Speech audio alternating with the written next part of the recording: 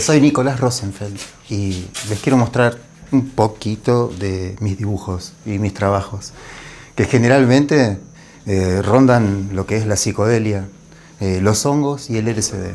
Es un retrato de un coleccionista de cartones de ácido, de LSD, ¿no? Este es el living de su casa con una chimenea de fondo y muchos cuadritos. Cada uno de esos marquitos contiene unos cartoncitos que tienen una historia muy particular. Radica en que es una sustancia divina, la verdad, porque ha cambiado muchas vidas.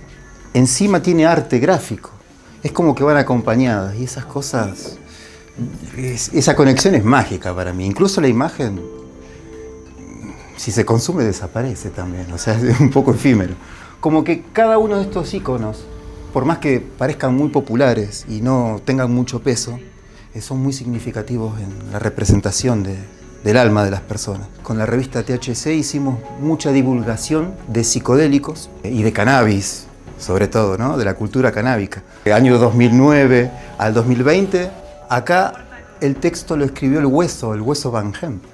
Y también hay otros textos del propio coleccionista, que cuentan desde que el LSD se prohibió en adelante, que fue ahí donde surgió este tipo de arte que se llama blotter art.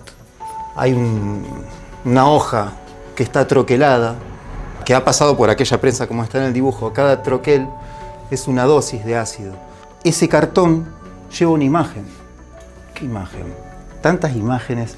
Puede ser cualquier tipo de imagen que tenga que ver con el éxtasis, con el salirse del cuerpo, con sentirse de una manera muy especial. Este es el disruptivo de la muestra. No está asociado a los psicodélicos, está asociado a un recuerdo de la infancia, pero lo que sí tiene, de lo que me dejó el trabajo, de cuestiones psicodélicas, es la composición simétrica. El resto es toda una cosa de barrio. El resto es recuerdos, buenas sensaciones. Esta es María Sabina, la chamana mazateca. Mucha gente la quiere. ¿Por qué la quiere? Yo creo que porque inspira dulzura. Inspira una dulzura y una seguridad a la hora de embarcarse en esta aventura de consumir hongos por alguna razón. Generalmente para curarse uno. Para mí que su presencia inspiró o inspira eso. Dulzura, seguridad. Sobre todo, no sé si alguien pudo escuchar los cantos que están... Sus grabaciones están dando vueltas. Una cosa muy suave, muy para despegar y también para después para aterrizar, una cosa muy linda. Porque la composición de esto era el gótico americano. No sé si conocen esa pintura del granjero que tiene un tridente que está junto a una compañera, no sé si será su hija o su esposa. Hay muchas hipótesis. Sí. Bueno, no, ese era un juego. Yo dije, voy a jugar con esa composición y voy a cambiar los personajes y el entorno y vamos a hacer algo de mi barrio Santa Fe.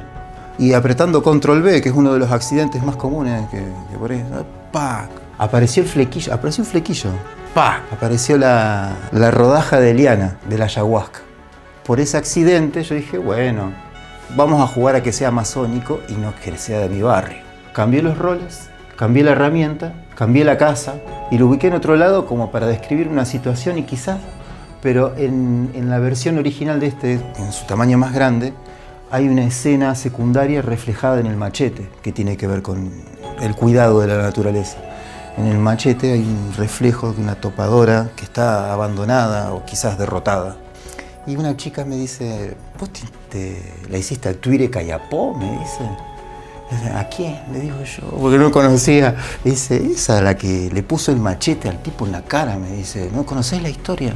Se parecen bastante en algún aspecto. Y el bebé, hay una foto de ella que está con su bebé. Terence McKenna, con esto lo voy a hacer cortito, porque la verdad que es muy difícil de abordarlo. Una mente, yo creo que la persona en sí es como el medio para viajar, como si fuese el hongo, por ejemplo. Uno lo escucha hablar y viaja con él, viaja con su tono de voz, viaja con sus conocimientos, porque todavía sigue vivo, a pesar de que no esté con nosotros. Y un sentido del humor, que el sentido del humor yo creo que es algo que le da como, va modelando todo el discurso. Estaba fanático del I Ching, no sé si conocen I Ching, las cuestiones de lo sencillo a lo complejo, el yin yang, el tío Terence, también le dicen algunos. Es un camino de psilocibina que va uniendo toda la composición, que es lo celeste. Lo celeste. Un clásico de Don Juan. ¿No leíste a Don Juan Matus? ¿Leíste a Castaneda? ¿Leíste a Castaneda, los libros de Castaneda? Bueno. Acá hay algo de lo que me pasa a mí con los sueños. Acá hay algo que me pasa con las personas, con la energía. De Jimmy tampoco. Puedo decir mucho por esto. Cuestiones de vida y muerte. Inspirado por un parto, por haber presenciado un parto. Y acá es el mismo viajero, el que viene al mundo y el que se va. Se va con sus herramientitas. Quizá, bueno, acá le ha tocado un peine y un espejo. Se llaman el explorador porque para mí es como venir acá, ¿viste? Acá la vida, donde estamos. Bueno, cuestiones filosóficas, a qué hemos venido, etcétera, etcétera, etcétera. Bueno, me gustó obstétricamente es poco acertado, ¿no? Es un parto de cara invertido. O sea, todo bien, pero existen. Y este último lo hice con tinta de hongo. Yo sabía que este hongo, cuando se corta, se descompone y se convierte en una brea, porque si me acerco con una lupa puedo ver cuestiones en la espora, en la tinta. Dicen que se usaba para cuestiones crípticas, así como para autenticidades y demás. Pero bueno, yo dije, voy a probar para hacer un dibujito. No sé. Y está acá. Apareció la verdad que no sé si lo pensé mucho, a la configuración. Pero lo lindo de esta es la tinta. La tinta se comporta raro. La tinta corre de manera rara. Bueno, y ese es el último y el primero del año 2007, cuando quería profundizar en la sinestesia. O en esas cosas que le dicen sinestesia. O en las sensaciones que por ahí uno tiene, por ejemplo, cuando ve un color. O cuando come una tostada, como en este caso, que yo le había puesto mermelada, pero acá la mermelada no la dibujé. O, por ejemplo, cuando escuchás una canción que te lleva de viaje, generalmente al pasado, ¿no? Pero estaría bueno que sea el futuro. También eso es para mentes más abiertas. Yo quería retratar ese cortito viaje, ese chispazo, esa pequeña distancia que hay en la sensación del recuerdo, en la estética. Hay mucho de diccionario, porque yo de peque me crié mucho con diccionarios enciclopédicos y su estética de la anatomía, de la botánica, de los cortes de las hierbas. Bueno, yo quería retratar a dónde me llevaba el comer una tostada con mermelada, y era como un gusto invierno, que creo que yo le puse así de título a la obra, con pirograbado, que era la herramienta que tenía en aquel momento, un pirograbador sobre un MDF y lápices de colores. Y era abordar esos temas, el tic, el pequeño chispazo, es el pequeño chispazo sinestésico.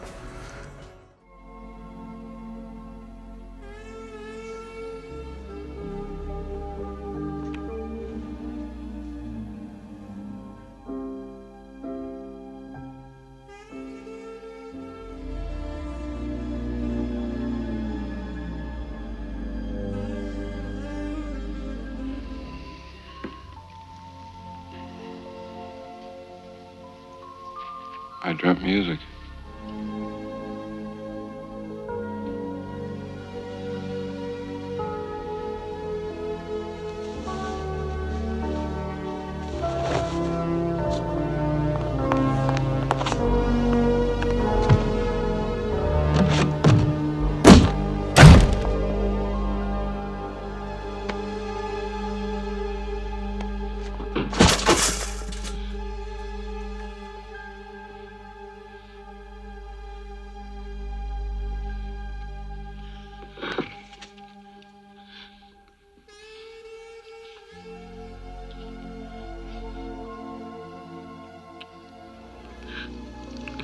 I want you.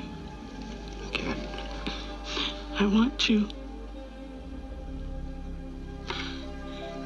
Put your hands on me.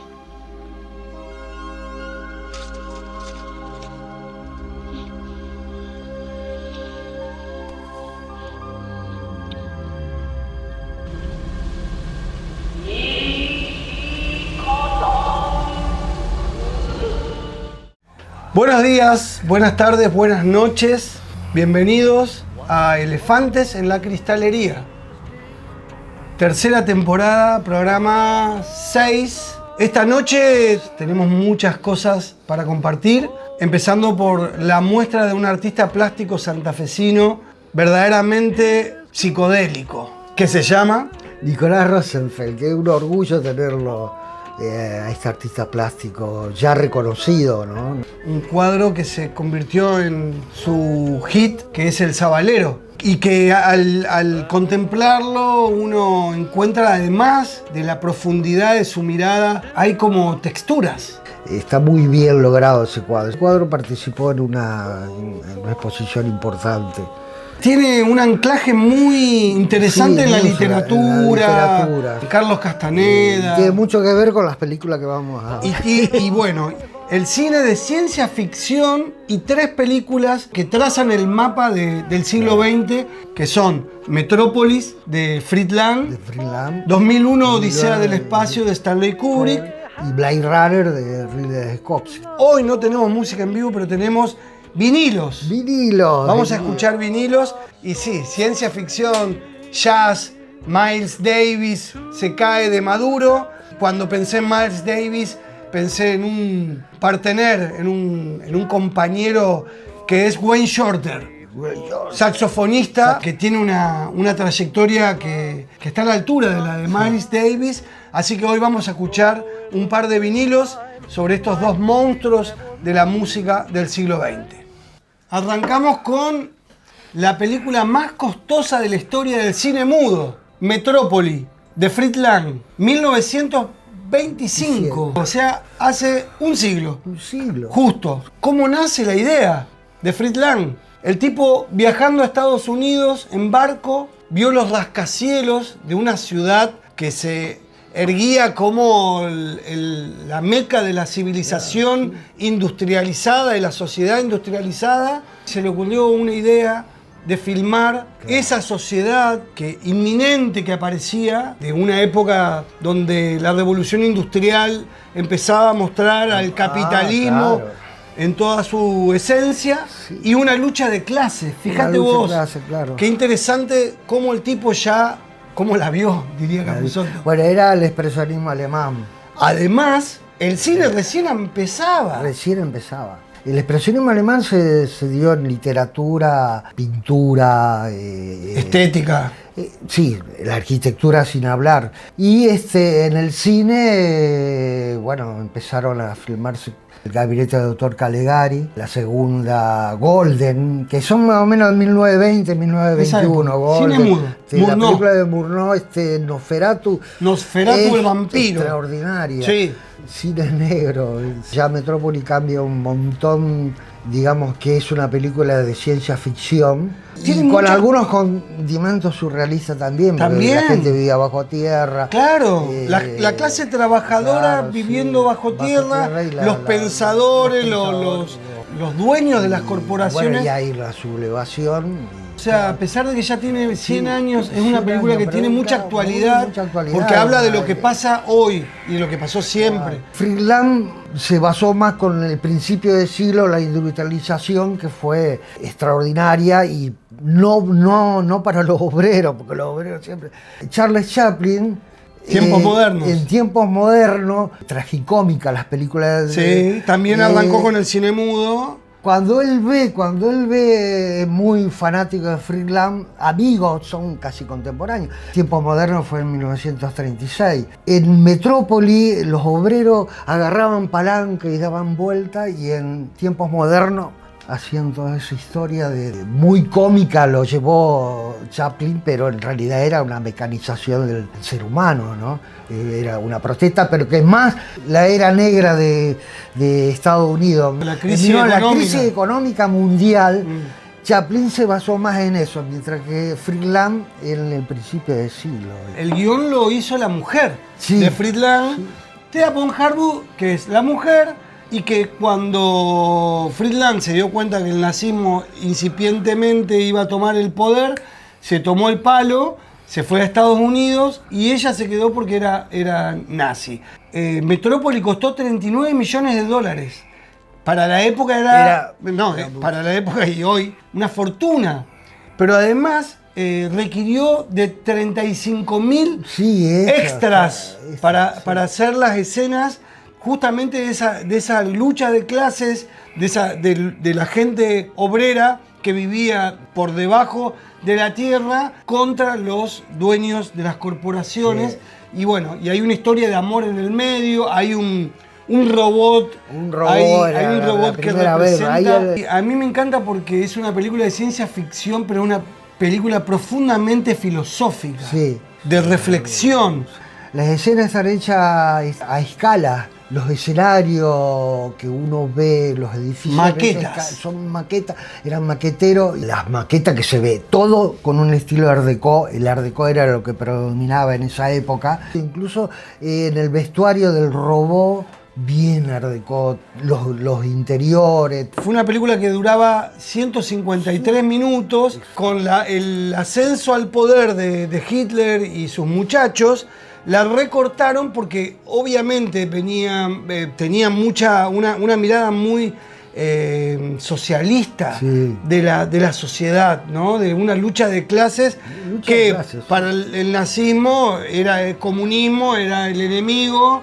Entonces, ¿qué pasó? Cortaron el metraje inicial y la película duraba 80 minutos. Y después, cuando la película empezó a proyectarse en el mundo, se empezó a proyectar con esa duración.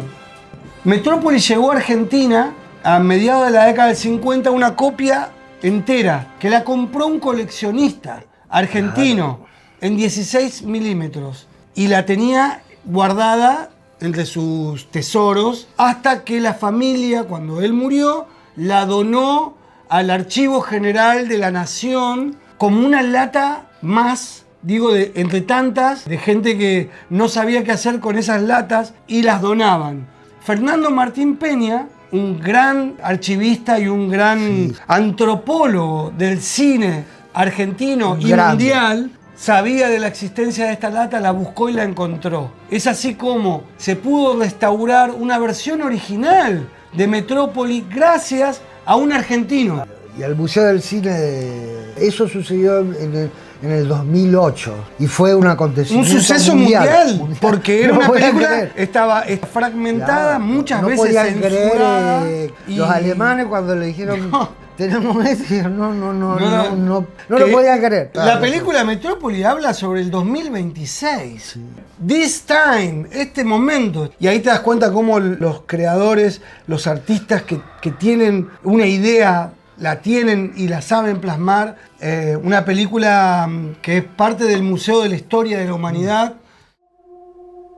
Pegamos un salto espacial de 1926 a 2001, Odisea del Espacio. Y uno de mis 3 favoritos directores de cine, Stanley Kubrick, que hizo una obra, cada película es una huella profunda en la historia de la filosofía y del pensamiento del ser humano, del hombre. Sí, esta película es realmente de ciencia ficción. Tienen algo de surrealismo, porque el surrealismo y la ciencia ficción en algún momento se juntan. Acá se muestra el universo, se muestra el comienzo del hombre con esos simios golpeando el monolito que tiene que ver con la piedra filosofal. Está llena de símbolos. Stanley Kubrick la pensó en los términos de utilizar la ciencia ficción para plantear el interrogante: ¿a qué venimos? ¿De dónde venimos? ¿Y a dónde vamos? Saliendo un poco del cliché, porque estamos hablando de mediados de la década del 60, de que el cine de ciencia ficción era clase B, era un cine de bajo presupuesto, donde los platillos voladores se le veía el hilo, donde habían extraterrestres, hacer preguntas profundas, planteos profundos, e imaginar un futuro que se dio cuenta que se venía con todo el empuje de la tecnología. Había que tener en cuenta que la televisión en blanco y negro era una porquería. La televisión que teníamos en esa época no era lo que es ahora. Nunca se había visto el espacio. Uno entra a ver la película de Stanley Kubrick, se siente y de repente escucha el Danubio azul y el universo bailando. Y una nave espacial rotando pero de Un una manera universo, poética, no. profunda. Profunda, fue increíble. Con un sentido Claro. absolutamente revolucionario, vanguardista, de cómo plantear un futuro. Acá Kubrick, que ya venía de hacer Lolita, La Naranja Mecánica. La Naranja Mecánica. Era un director con mucho Sí. peso. De hecho, consiguió la plata de Metro Goldwyn Mayer para financiar Sí, una película sí, que salía sí. muchísimo. Mucho. Y hizo una película que es una obra Y fíjate, maestra. claro. Presenta el espacio como un protagonista Claro, de la historia. Tenemos en cuenta que fue en 1968, el hombre llegó a la luna en 1969, que se filmó en directo cuando el hombre llega a la luna. Bueno, eso está bajo sospecha. Nosotros vemos, eso fue. Muchos dicen que fue Kubrick el que... No, mentira, no. Basta con esas mentiras. Fíjate que en Metrópoli, el robot de repente es un personaje siniestro. En el 2001, la computadora, la HAL 9000. de repente es la que controla toda la estación espacial, porque es una estación espacial, y se revela, o sea, la computadora contra el hombre. Que habla de este presente. Claro. Esto del hombre que crea una máquina que termina llevando adelante las decisiones de la vida del hombre. Intercambiamos en estos tiempos de inteligencia artificial y el tipo lo filmó en 1968. La música... 100 años hecho, 100 años. Hacía Habló Zaratustra de Strauss. Hacía Habló Zaratustra de Strauss. Porque además tiene un trabajo de efectos especiales que todavía no se había visto. Y llevar el hombre en su origen primitivo de mono a un final donde un bebé flota en el espacio y el interrogante, ¿a dónde vamos? ¿Qué es lo que está pasando?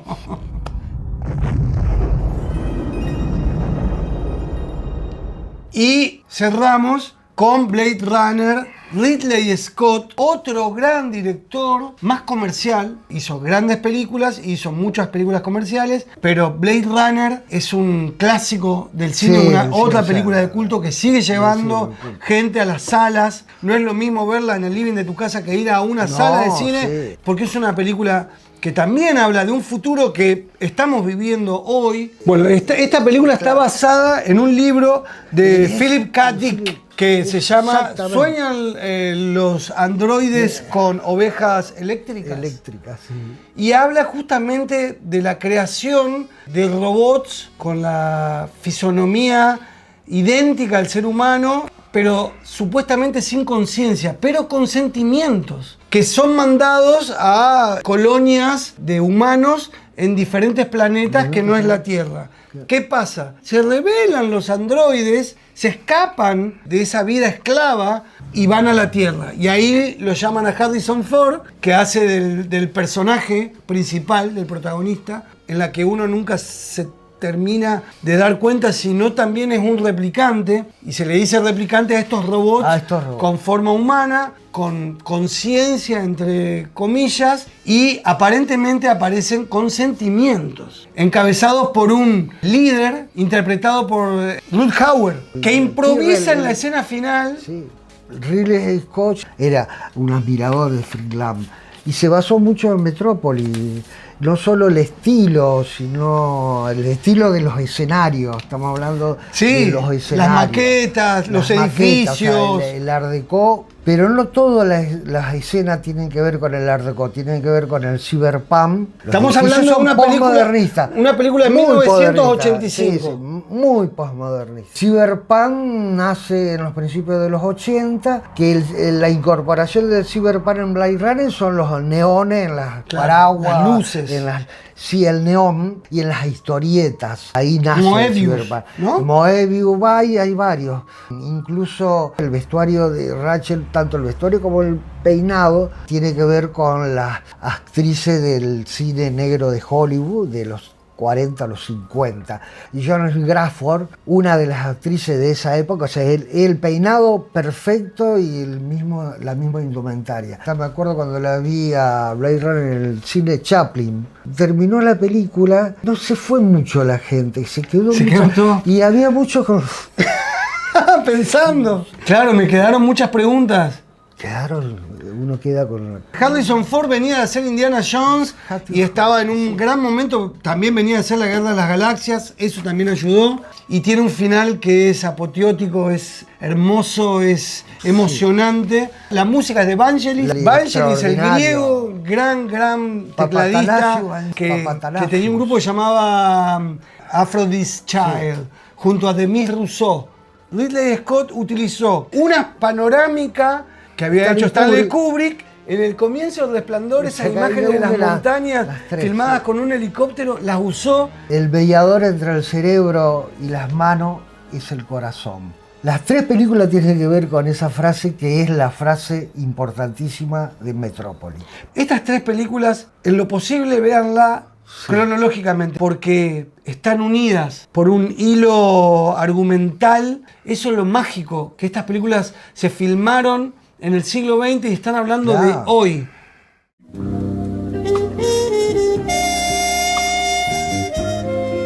Sí, como dijo Carl Jung, mirar hacia afuera es soñar, mirar hacia adentro es despertar.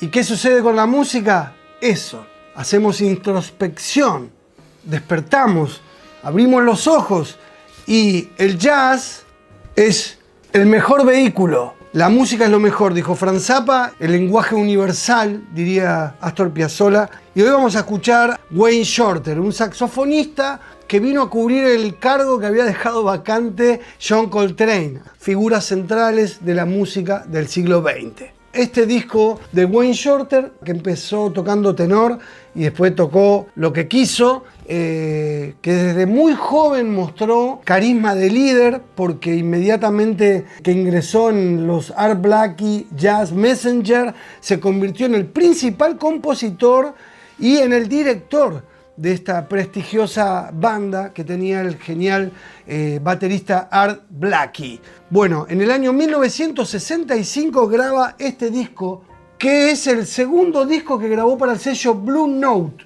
el sello más importante en la historia del jazz contemporáneo del siglo XX. Pero eso lo digo yo.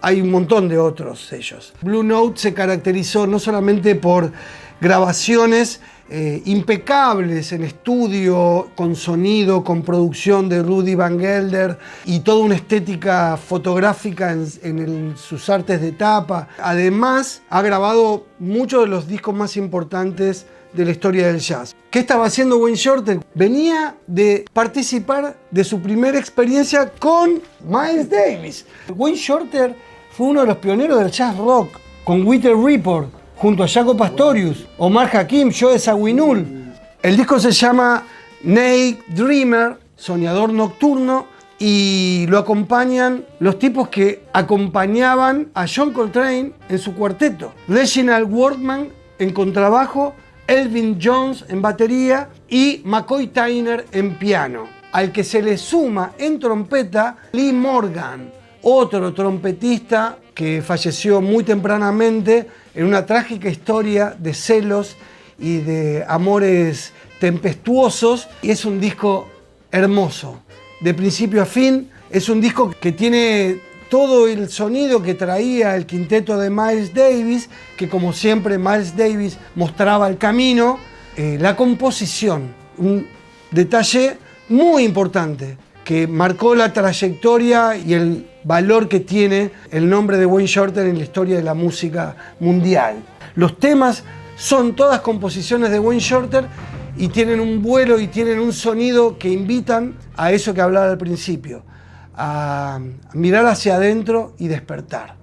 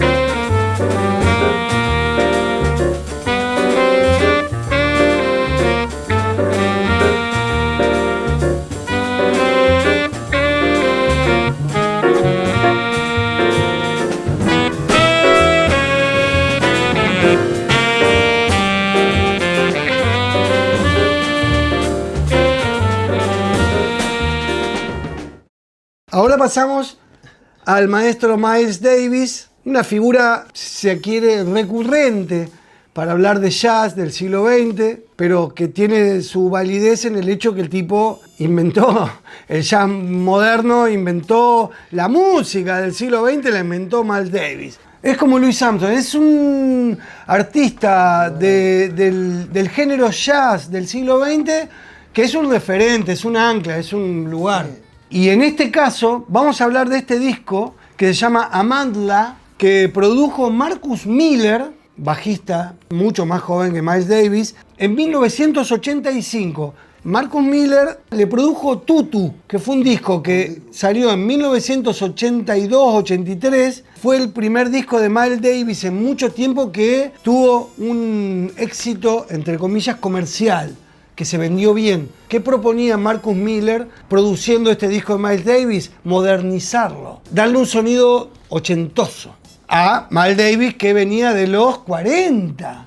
Este disco, Amandla, se grabó en 1985 y tiene ese sonido que es el de la última etapa de Miles Davis, donde el tipo ya mezclaba todo. El jazz tradicional con el funk, con el gospel, con un poco de orquesta, con sonidos obviamente africanos. De hecho, Amandla significa en zulú el grito de guerra del movimiento sudafricano contra el apartheid.